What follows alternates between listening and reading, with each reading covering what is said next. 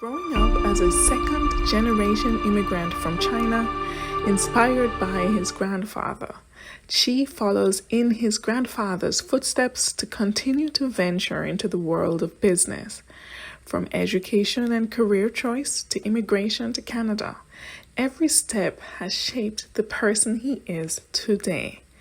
Chee, come make we Guys, talk. welcome back to Come Make We Talk. I'm here with another episode, and on this one, I have with me Chee Lam, who you'd have heard information about him from his bio, but it's definitely an interesting conversation on the horizon. So let's get into it. Hey Chee, thank you so much for agreeing to hop on. I really, really appreciate it.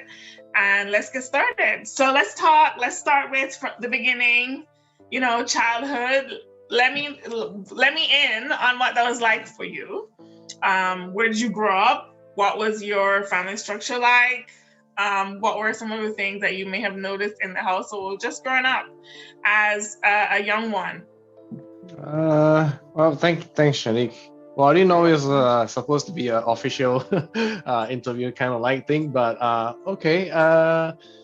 Yeah, from childhood, I think I was born in I was a second generation of Chinese descendant, right? My grandparents are from China, and as you know, in the 40s after the World War II, the Chinese emigrated out of the country because of the bleak economy in communist China. My grandfather, hence part of the migration flock, right? They went southeast. So when Southeast Asia, where south of Thailand, you're talking about Thailand, Vietnam, Malaysia. That time was Malaya, and then you have Singapore, Indonesia, Philippines, and all those places, right? So my grandfather ended up in northern region of Malaysia, and they started off building families, working, and so on and so forth.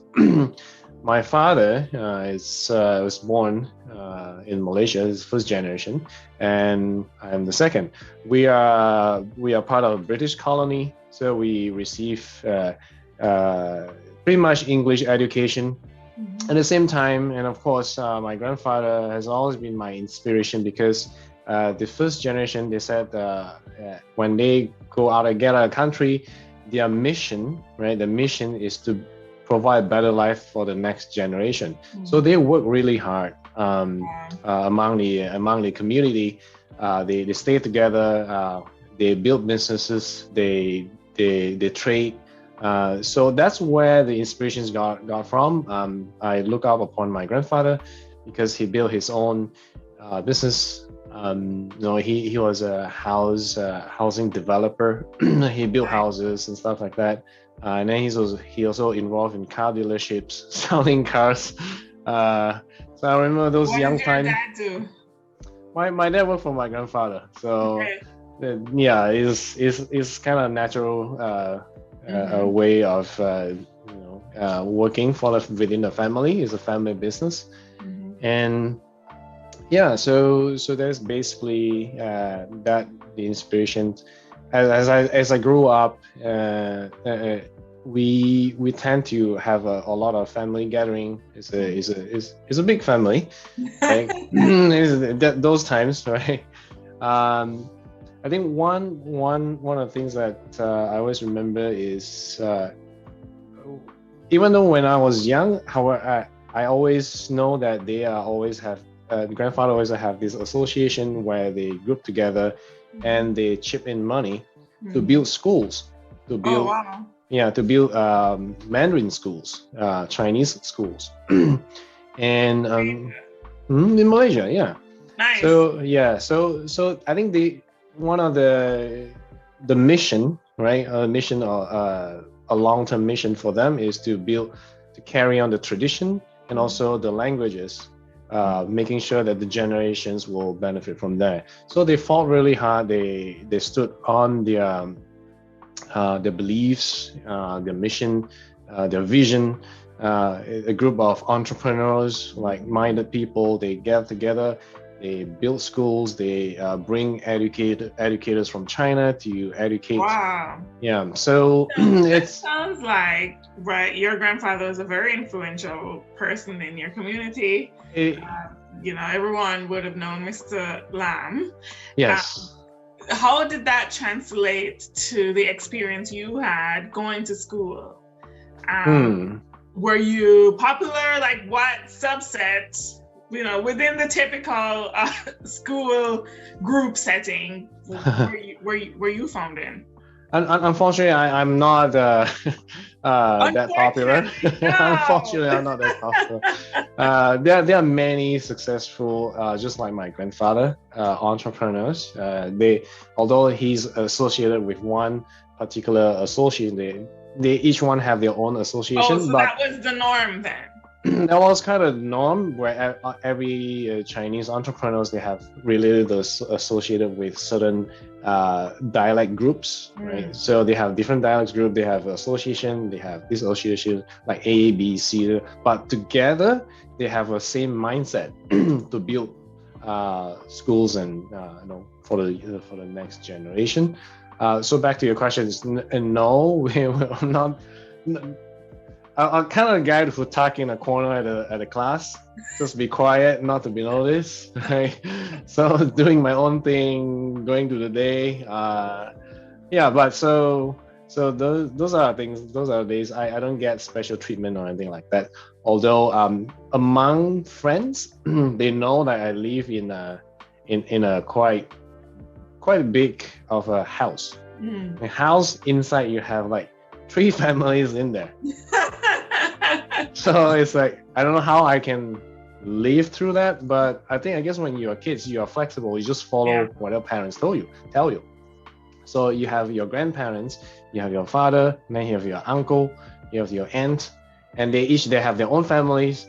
It's like, I don't know, and they don't that have should be so cool though, because you have like, first of all, multiple generations. So that's at least 3 generations right there. So I can imagine like a family setting, a family gathering. It's just a ton of fun. It's always there, yeah. Oh my gosh. So, I mean, so you touched on something earlier in terms of like work ethic that you would have seen from your grandfather, then passed down through your father and permeated throughout your family. Yeah. What would you say were some of the things that stood out to you as like a non-negotiable when it comes to work, when it comes to career building, when it comes to even networking, coming from such a big family, that you would have like innately learned from such an early age that you now use? I don't know specifically. Maybe it's built in my character, whether it's influence, I'm not sure. But personally, I think delay of gratification is one of you can either look at a bad way or a good way. I felt that a lot of even my own kid today, they crave gratitude. Instant. Right now, yeah. Brownie points. You have to here's the cookie. Oh, great job, awesome. I tend to reserve and give them that. I know that they can be stretched further because I know if you give them too much, they're like addicted, right? Anything that they do, okay, without any compliments, they're done, they fail. So I think the reality of life is it's not that simple. If you delay gratitude, I think you can move yourself a tad further, right? And build that resiliencies. Not all is green and shine and pretty, right? So there's a reality, things like that people have to understand. For any success, there's always failures. So there are many, many failures. So in order to withstand that, you need to have that resiliencies of not having immediate gratification. That's right. So so with that in mind, so my focus is always the end goal. I wouldn't necessarily care in between failures. I wouldn't celebrate either, well, they say celebrate small wins. Sometimes I do. I tend to relax a little bit now, but the failures doesn't bother me. If the more fails I have, the more challenged, the more determined I am to drive what is going on. I try to I try to open up and see what happened, right? I won't give up easily. I won't cry. I won't things like that. I just don't know. I don't know why it happens that way. Maybe I'm too ignorant of any of the people around me. Right? Did you have like avenues for like recreation?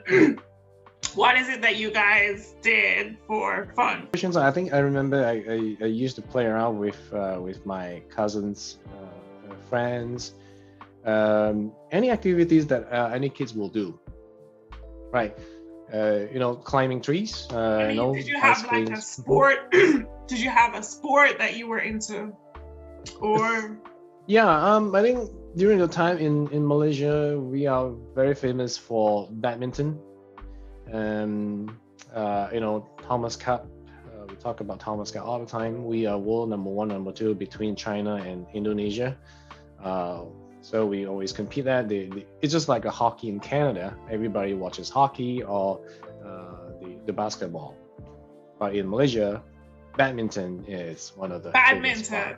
Yes, it's one of my favorite sports. Like every schools, everyone will start up young and train and doing things like that. Yeah. Nice. So would you consider yourself like a highly competitive person then, if based on that involvement, or just even coming from a large family? I wouldn't compare myself with whether I'm competitive, but I'm determined to do things.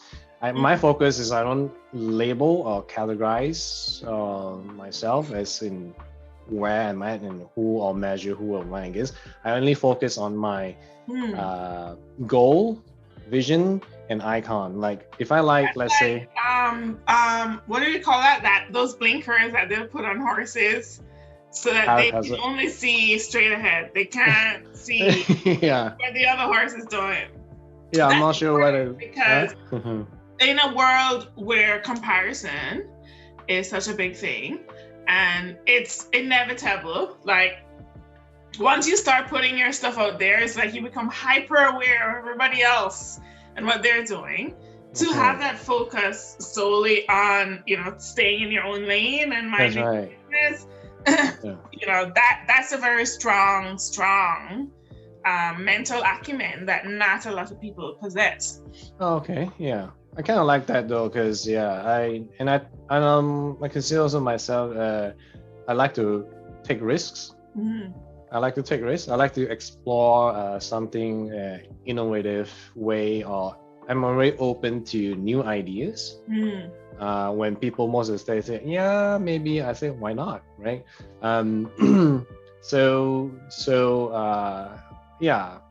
Challenge status quo is one of my thinking, my motto all the time, which sometimes gets me in trouble too, right? So which is why I cannot work for people, because I remember I worked in a bank before. Bank is very rigid and it's very traditional, and I had this manager who was this in Malaysia. No, it's in Malaysia too. In Malaysia and also in Canada. When I start working for. Okay, so before you get there, let's talk about like what your college experience was like. So, where did you go to college? Like you mentioned that you are in Canada right now. So let's start with the immigration process then, or how did you even get to Canada? And then what was college like before you got to this point of entrepreneurship? Sure. Yeah, I think there are 2 stages of college. First college, I done my hotel management in French diploma. Nice. In Malaysia. So did a whole bunch of I like service industry. Mm-hmm. I was always admired by how hotel is run. Mm-hmm. Right, and there are so many departments, so many people work together, and I always looked up the general manager, how they can manage multiple things. So therefore, that's my first step going to hotel management. I still remember my dad was helping me to explore different options of education. Oh, that's nice. Yeah, he brought me to college and say, hey, why not you look at this? And we talked to the dean of the school, Pradeep. I still remember him. Now he's a older man. He's older man, but he's still at work with a Taylor's College. Wow. Yeah, so he's now professor. He's now upgraded to professor. But anyway, so he helped me to understand the industry. I don't just jump into. I like to know a lot of things before I jump in. So I like to explore. I ask detailed questions where most people say why, or when most people say that's okay, don't worry about that. I tend to irritate them by asking a lot of detailed questions. So just to satisfy my need, I need to figure out things. Try to map. I'm the same way. I get it. It's a decision-making process, and the more informed you feel, it's the better you feel, a little bit more equipped to make the decision. Even if there are certain things that are outside of your control, if you at least know that that's a possibility, then I feel like mentally you've started to kind of plan what the resolution would be if that's the case. But that's right. Yeah. And I'm going in, I know all the risks, but I'm doing it anyway. That's right. Yeah. So with all those intel information, you kind of put it, may not be used today, but you kept it in internally, internalizing it, and maybe somewhere or the other, your subconsciously might be acting towards that directions, or maybe not, or avoiding that. So it kind of give you that subconscious decision making thing, right? So anyway, so the college was did my 3 years in Malaysia. During that time, I worked in the hotels and stuff like serving, and then of course I start serving when I start waitering. We do waitering, we do housekeeping, we do kitchen. I cook, wash laundry, make up the beds, clean the washroom, everything that you can imagine in a hotel. So we go across department. I end up in food and beverage, meaning interacting with clients more often. Front desk is usually not my area. Is taking reservation and stuff like that. So interacting, waitering, speaking to clients. So I find that it's a long hours, and then I wonder, instead of me serving them, why not I be the guest and people serve me? So I was thinking like that. Yeah. I was like, what am I doing here, right? So and it's so long hour, it's tiring, and you basically you don't have your own free time, because you work in the morning, serving lunch, breakfast, you prepare lunch, and then in between they give you a break like 2-3 hours, and then you continue for the dinner. Basically your entire life is done. So Monday to Friday, and then you're done, or even Saturday, Sunday you have to work, right? So the holiday is the day that you business. Holidays is one of the big. Those are the busiest seasons. Exactly. So forget personal time. Yeah, right. So I start to think I need some personal time. I need something that can skill. I need to skill my time.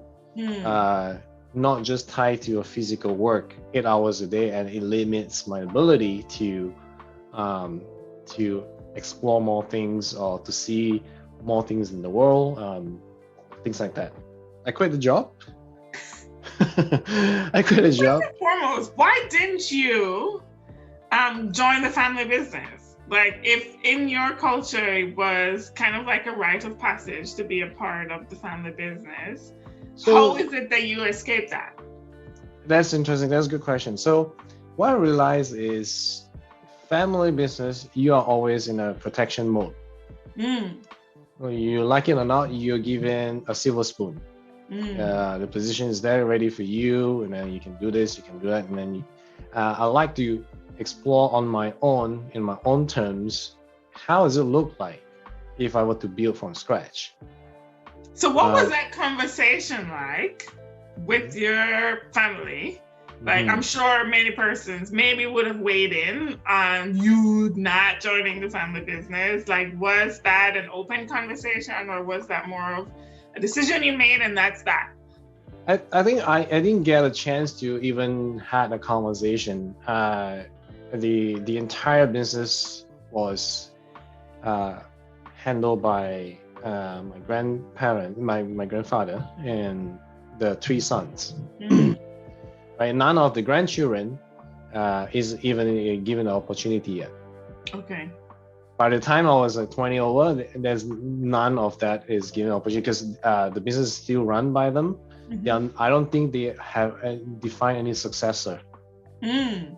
Right. So, but and there's another thing that I also wouldn't want to think about selling cars or do anything internal.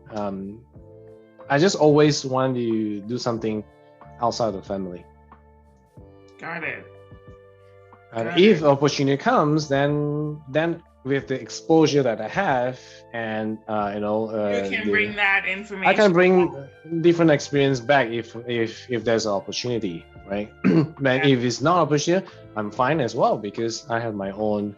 You have your own identity outside of whatever's going on. Okay. That's right. Yeah. And once your family recognized like that decision, like you mentioned earlier that your dad went with you to the college to help you kind of choose a career path, was it that smooth sailing? Like, I have noticed, especially in a lot of families, even in Jamaican families, when there's an expectation that you will step into a position in the business or you be an active, people have their expectations of you. Yes. And you're not meeting that, that's usually the beginning of conflict. So was it as smooth sailing as you're making it sound in terms of, oh, well, I mean, I just told my dad I want to go to college and we just had a conversation and that's it? Or, was there any point where you felt like you needed to justify your decision? I think one of the great things I want to say to my parents is they are very supportive. Wow. Well, kudos to my dad, right? So they don't even bring in the conversation about family business or anything like that. Wow. They don't talk about that. So it's you, they encourage to build your own identity. Maybe they do that on purpose, or maybe they just don't know what to say. I don't know. I don't know which one, but at the end, the result is like I have the freedom to do what I want to do. Yeah. I think the challenge is not for them. The challenge is more for within myself. What career path should I change? So imagine you're 20 years old, you're still figuring out which way to go, right? So but I really like. I have a good mathematics and physics score high, and I like to be an air pilot, for example, at the time. So I was listing out school and tell my dad, hey, Dad, I'd like to be trained as an airline pilot in New Zealand, because New Zealand, they have this school. Then my dad took out, they said tuition fees a few $100K. They said, no, there's not way. No way you're gonna do this. So, okay, all right, okay, I can't do that now. Okay, next. So I think it's harder for me to choose what I want during that time, rather than they having them trying to influence my decision. So they give me a freedom of choice, whichever directions I wanted to do. Okay, so you quit your job at the hospital. Oh my gosh. Hospitality, hotel. At the hotel. What came next for you? And how many languages do you speak, by the way? You said you did your associates in French. You've spoken English, Mandarin. That's 3. Am I missing anything? Cantonese. Cantonese, I'm not sure it's considered a language. It is a language. Yeah. But it's a bigger group of dialects. Then I have a couple more dialects locally. Nice. So probably like 5, and then exposed here and there. It's not conversational, the smaller ones, but yeah.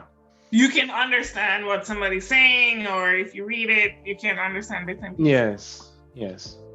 All right, so we're at the crossroads now, having left the hotel. Yeah. Deciding that, okay, you can't be doing this all of your life. Yeah. What was next for you? So the next was explore entrepreneurship. Entrepreneurship. So I want to try something on my own and not working for people. So the natural next step is, in Malaysia, we have a lot of multi-level marketing, the MLM they call it. So I'm not sure. Yes, you're nodding your head. Oh, yes. You get tons of MLM. People try to recruit and sell products. We have, like, you heard about Avon in North America. Actually, in Jamaica, a huge Avon headquarters. Yes. And I remember when they took over by storm. Yes. And my mom carried home the Avon booklet and said, "Okay, choose these things. Like, we're gonna buy some of this. We're joining this." And then now you remind me something. So part of growing up also is why I chose MLM. It was because my mom was doing a Tupperware. She was a Tupperware agent. She goes house to house of all housewives. Wow. Showcasing Tupperwares. How did I still remember? Now I remember. That's very nice of asking. So she's selling different containers, different lids. Like my house end up with so many containers, with stackable one, with so many Tupperwares. And it has become a household name, Tupperwares. I remember that, right? And not only Tupperware, my mom went from Tupperware to different appliances that they sell. Like, you can, it's like an air fry thing that you can put them. And then as a kid, you tag along, right? Just sit there, don't know what they're doing. I can barely remember my mom speak while she cooks at the same time with all housewives. Yeah. You have to multitask. You have to get it done. Yeah. Exactly. I will just tag along, and okay, it's very interesting. I don't know what's going on, but I know my mom is selling something. But at the end of the show, I'll get to eat something. So back to that. So MLM is very interesting. It's not an easy. So I joined right after hotel. I joined MLM. That was most uncomfortable encounters during those times. Like, I couldn't find my directions. I don't know what should I don't really enjoy pushing people and try to sell them something that they don't need. I just don't have that the belief, because if I don't believe what I'm selling, it's hard. And one of the direct selling is to sell. Try to sell, and it's not cheap, right? Because all this commission, when they mark up so high, they actually disputing to all the members, right? Different override levels, right? So it wasn't that regulated in Malaysia at that time. So you have so many levels, you don't even know where you're at, and you constantly pumped, constantly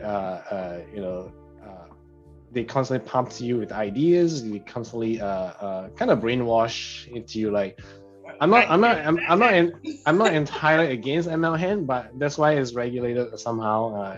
In Canada, where you have like up to 3 levels or whatsoever. But I'm saying is that it just doesn't suit me. It's not my type. And MLM is they constantly have a conference. They sell you the dream. Okay, once you reach this whatever diamond level, you can go to the States. Corporate sponsors travel and all these dream things, right? They have all the gifts, they have everything. They have everything. Yeah, everything. So I did that a couple of times, and it's not easy. It's not easy sell. So not only that, I will try to do retail, trying to sell CDs on the street and stuff like this. This is weird stuff, weird life moments, trying different things. So how long did that period last for you? And when did you decide that, okay, IT is it? I'm gonna try going there. Yeah, sure. So So while doing that, of course, you are exposed to a lot of internet information, internet things, and computer is something that I like to do and love to do. Mhm. So I decided, you know what, I can't do this sales anymore. And since I've been working on IT, Mhm. I don't want to waste my parents, tuition money, because I don't like to ask from them again, because this is my fault. I do a hotel and then I quit. I do different things, and again, I want to say that thanks to my parents, they are very, very supportive too. Even though I do MLM, I ask, who are your friends? Can you give me your friend's name? I start calling them, and then after a while, all the friends run away. So anyway, So they were asking for your friend's name to do what? to do prospecting, to recruit them, to sell them things. Oh, nice. Oh, okay. But it's not good, because my parents just give their friend's name. Then the next thing you know is that the friends are afraid of your son, right? They're calling and selling them stuff. Yes. But anyway, so since I was doing IT, I mean doing a computer at home a lot, doing a lot of self-learned stuff. Mhm. So I decided to study on my own. Went to help as a part-time to college, IT college training school. Learn from the guy who, I forgot his name, but learn from the guy who actually set up computers for trainings. Ask him questions. How is it connected? How is it? How do you set up a computer for a class in such a short time? Wow. How do you cable that? How does the internet connect to where and to what? Right? They have different terms and things. So I learned most on a hands-on instead of study. So and then I think Elon Musk, the guy who started Tesla and SpaceX, he mentioned something very interesting. He said, if you really want to learn something, you don't have to go to school for that. If you have enough interest, you can study on yourself and be good at it. So I think it was that time there wasn't any Elon Musk, but I think that time I picked up basically everything myself. I didn't go to school, and just learn from the guy who's on the job. Constantly be a friend with him, and then also learn from him how these things work. I'm not a study type. I'm more like a hands-on guy. So once I do it hands-on, I understand better and deep. So even today, if I do anything with the product that we sell, I know them inside out. Wow. So going into IT. Well, you said you were always on the computer anyway. Was that something that you studied in school? No. Or had like some kind of background in, or you just started fiddling around on the computer, realized, oh, okay, this is something that I actually like, and then found someone who was willing to kind of show you the ropes. Yeah. I think computer is very intriguing, because once you hop into internet, the knowledge is too much. It's vast and it's everywhere. But that's really interesting, because that's the typical road into IT is that you would have been studying it like from high school. That's a part of your college degree. You had an internship, and you had so many years to really kind of, depending on the aspect that you're going into, of hone in on that skill. But your approach of like just jumping straight into the deep end and figuring it out, having a mentor that worked with you and was willing to share that information, that meant that in a way you kind of, one, shorten that process, but two, you would have learned things that even after doing those years in school, you still would have had to learn. That's because right, yeah. The theory is one thing, but then there are some experiences that you just have to go through. There is not enough notation that would prevent you from making this mistake. It's a rite of passage, essentially. Yes. So you're here at this point. You have been trained up. How long did you spend with this mentor? Just kind of working with them? It was probably like 1.5, 2 years before I end up in a job in IT. Okay. Yeah. So 1 or 2 years. Well, within 1 or 2 years, if you really have interest, I think you can become a subject matter expert for certain.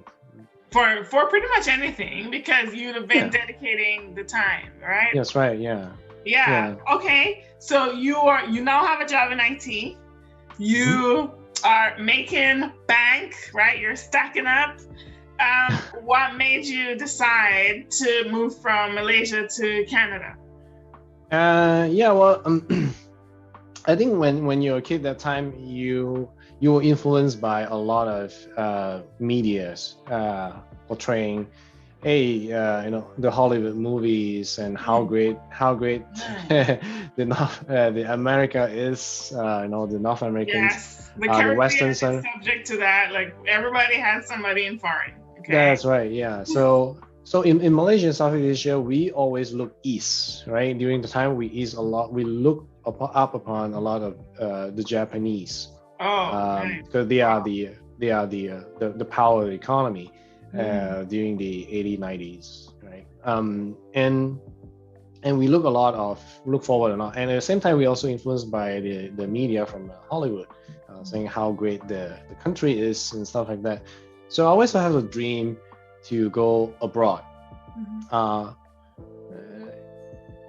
Maybe a little bit of the political season during the time when I disagree with the government on the certain the way they govern for the country. I don't see any future for me. So that was one slightly reason.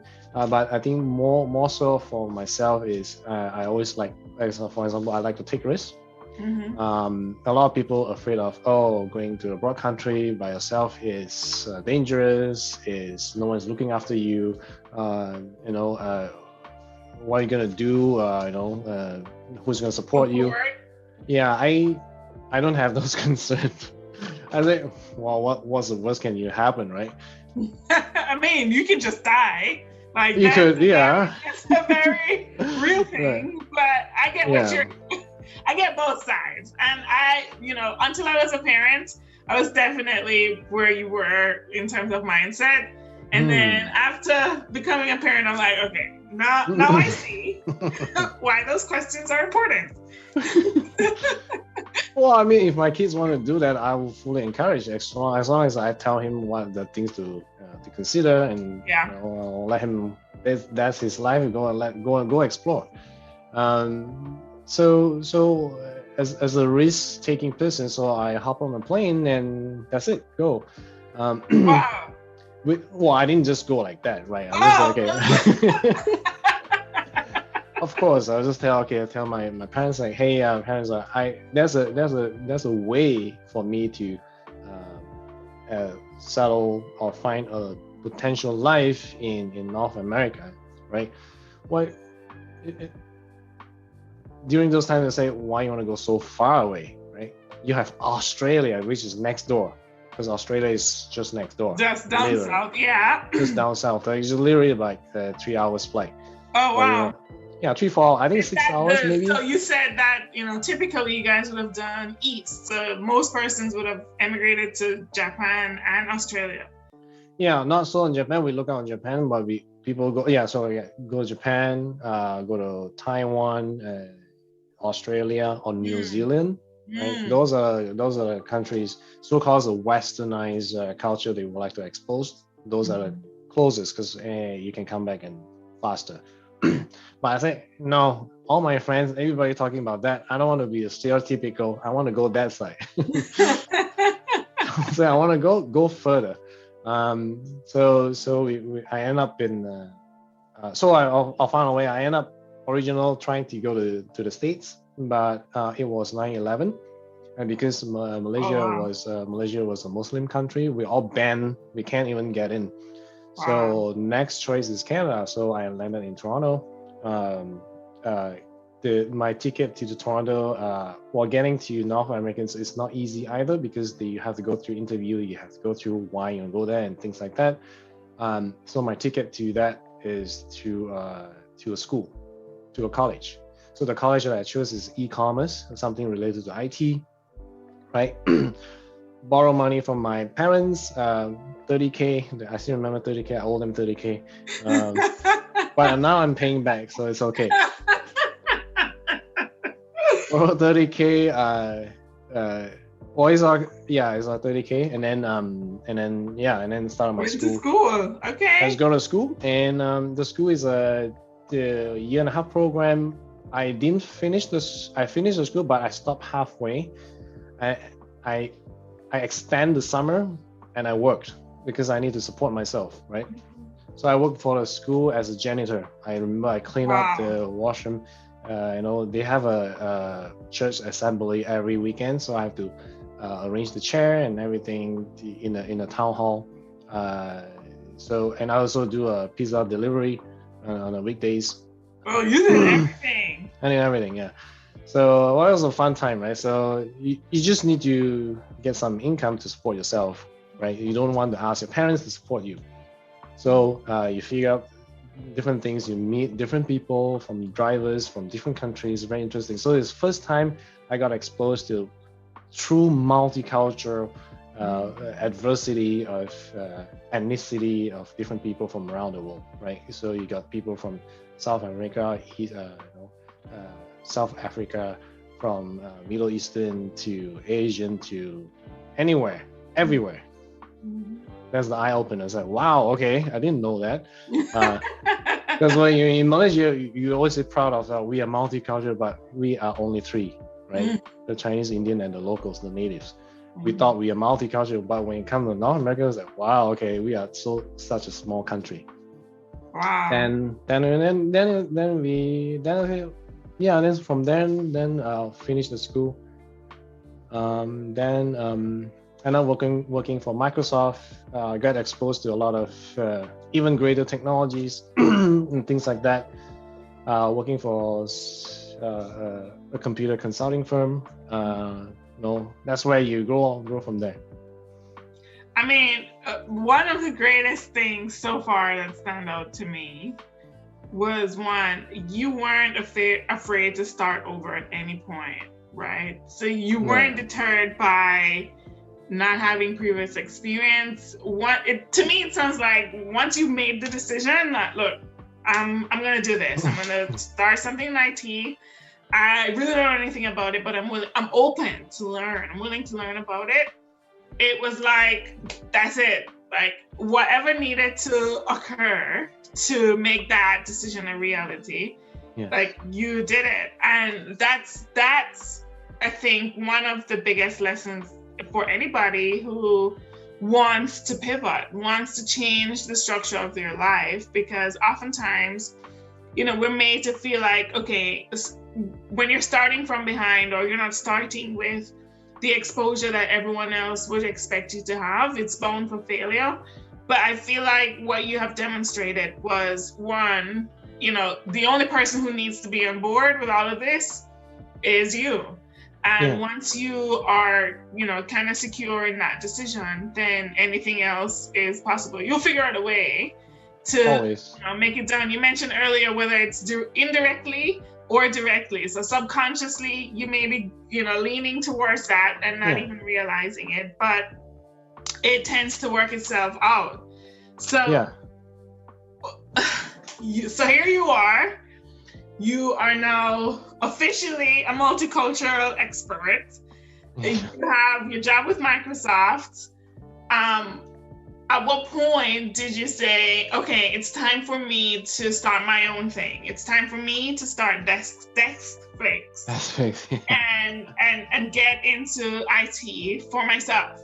Get out of working for somebody else, because that's the end goal, and actually start structuring that business for myself. Absolutely. So, so before answering this, prior to that point, is like, there's always a risk of not doing anything. So if you want to do things, just do it, because there's a risk of doing things and there's a risk of not doing things. And the right? time is gonna pass anyway. Exactly. So if there's something that you like to do, just go for it. So back to your question, how did I eventually open up with Netflix? So the life in Canada was almost 15, 17, 18 years now.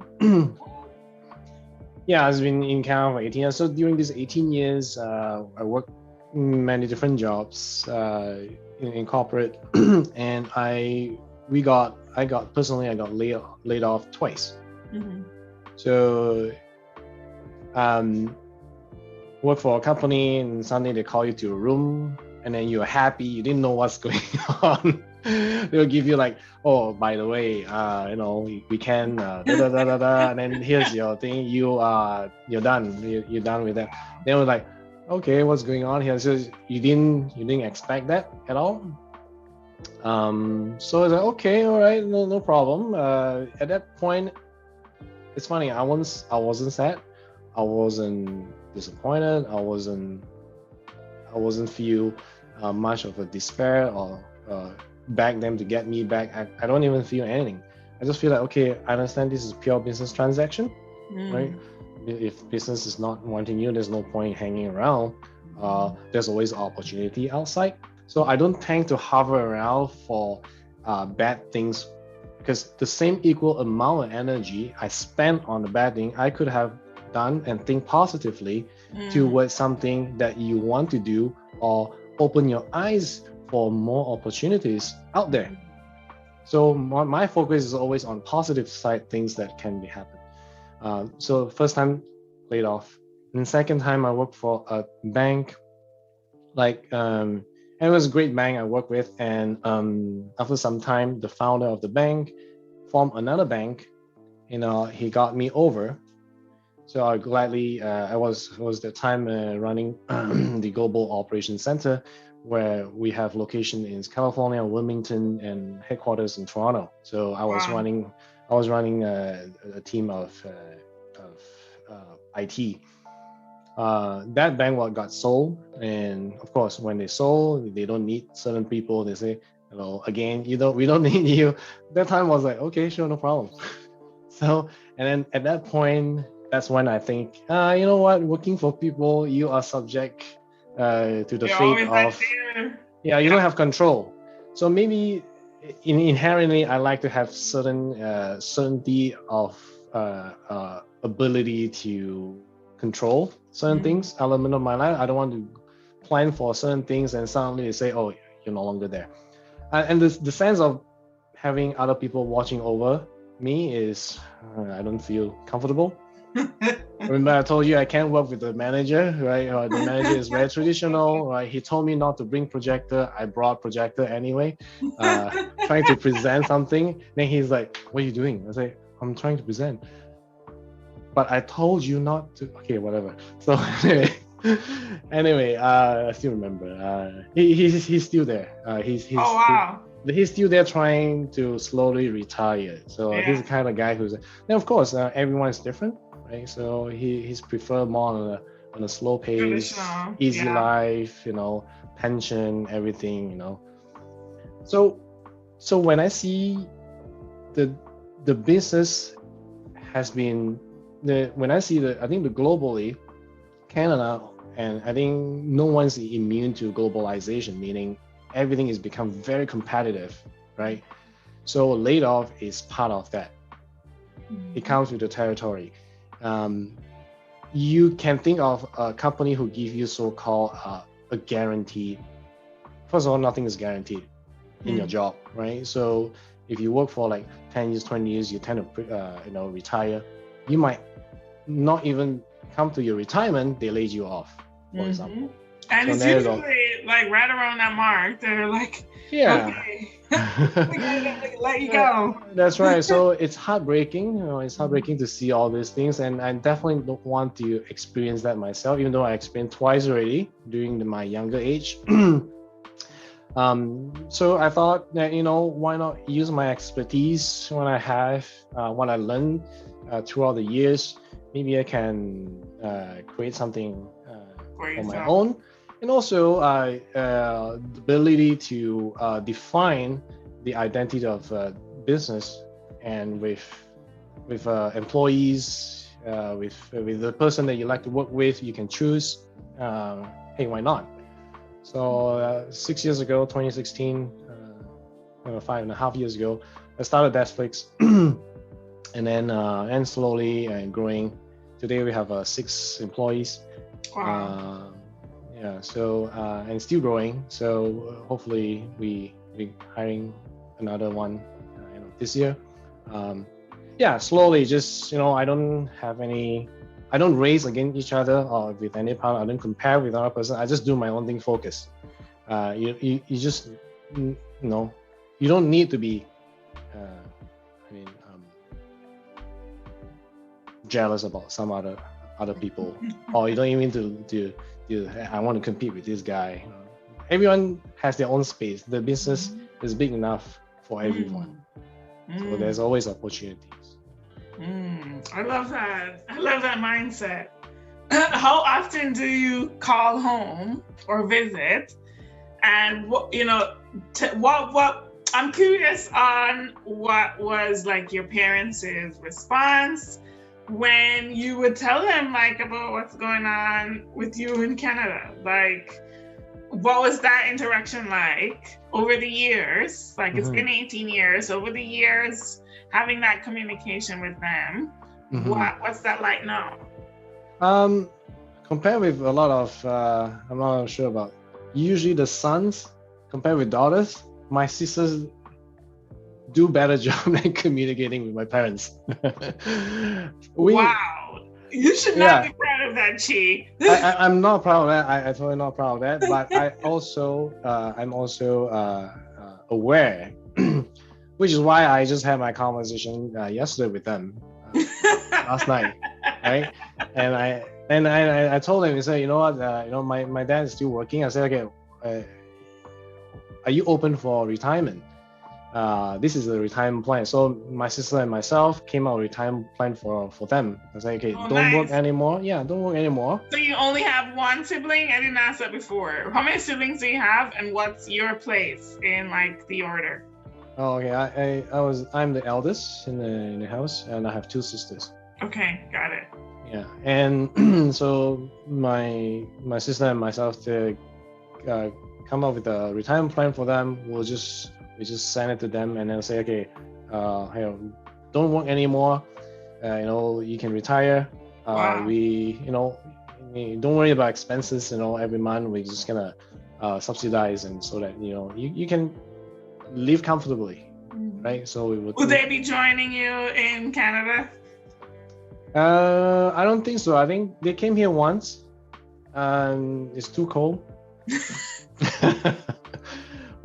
Yes. Malaysia and Jamaica we are at the equatorial, so it's very hot. Yeah. You can sit on the street because they have street foods and stuff like that. You don't get it here because everything is in the mall. Yeah. And it's too cold.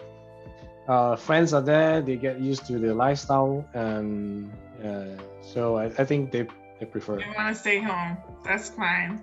Yeah, stay home. Easy.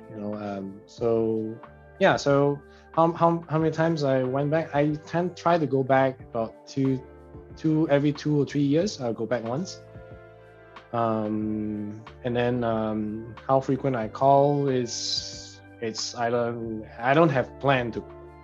Maybe you need to schedule them in. Like, I don't schedule every Sunday at noon. Right. Maybe I should. You're right. Maybe I should, because usually is my mom that's the one to call me. My dad doesn't care. He's like, okay, whatever. He usually got dragged by my mom. He's like, okay, it's your turn. Talk. He's doing the mandatory check-in. Oh my God. That's right. Yeah, that's right. So my last question: if you talked about needing information before making a decision, right? Making an informed decision. But there are certain aspects of a decision that are unforeseen that you can't control. What, if anything, would you have wanted to hear back then in 18 years that you have come to now learn that you feel would also be helpful to someone else who is currently in a position in their life where they're embarking on a new journey and they don't know what to expect? What was that one piece of advice, or what would that be that would have helped to kind of ease some of that for you? I see. The dilemma of making decisions. Exactly. Yeah. I think I'll first of all recognize every individual is different. Myself, because of my certain character, I tend to be more resilient to failures, or more resilient to heartbreaking event. But that's just me, right? So first of all, you recognize yourself. Try to recognize what kind of a tolerance or pain that you can endure, to what extent. But having said that, the decision that you want to make, or the career path that you want to do, or your future that you want to pursue, you want to have a thorough understanding. Have you done enough exploration that you are able to handle? For example, have you done enough research of certain things, be it the career path that you want to choose? Do your due diligence on that as much as you can. I know that you cannot get everything until you try, but the prep work beforehand is just as important. You don't want to go into a career or jump into a business venture that you're not aware of completely and just kind of wing it. It doesn't work that way. You set you off to failure immediately. So you want to do a lot of prep work before understanding what is the thing that you are venturing into. That's number one. And then trust your gut. So after you've done that, knowing yourself, and after done your due diligence of the subject that you want to go into, trust your gut. I don't care about what people say, because once you've done enough preparation and you believe in yourself, go for it. As I mentioned earlier, if you don't do it, this is also a failure, because you don't do it, you don't know, and there's a risk of not doing.